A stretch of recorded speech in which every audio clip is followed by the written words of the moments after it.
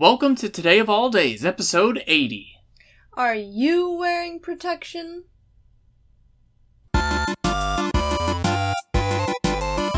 Today is Melt Your Eyes Monday, August 21st, 2017. And today is... Solar Eclipse Day!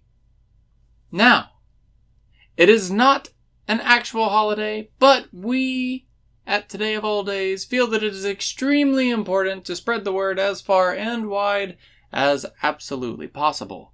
Today, the United States experiences the first solar eclipse that it has had in 38 years. In just a few hours, the moon will pass between Earth and the sun, shrouding the land in a daytime darkness that is rarely seen in one's lifetime. Unfortunately, not every state will be in the path of totality. Every state should see a partial eclipse, but only residents in 14 states, covering from Oregon to South Carolina, will have a glimpse at the complete eclipse.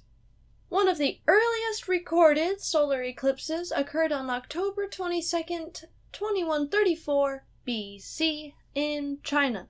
Ancient Chinese believed that the eclipse was a result of a dragon eating the sun, and 2 astronomers were in charge of predicting eclipses so that soldiers could defend the sun by shooting bow and arrows at the dragon. The 2 astronomers decided to get quite drunk, and thus they failed at their duties and were consequently beheaded. I would hate for that to be the legend that gets passed on from my family line. It's like, well, how did your dad die? So, on a lighter note, on May 28th, 585 BC, a battle that was part of a 15-year war between the Lydians and the Medes reached a ceasefire when the sky went dark during an eclipse. The ceasefire then led to negotiations for a truce. Eclipses have also coincided with, or directly influenced, some of our greatest scientific discoveries.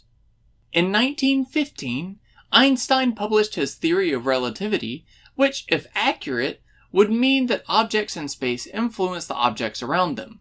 A star, for example, could, in theory, cause a curve in space.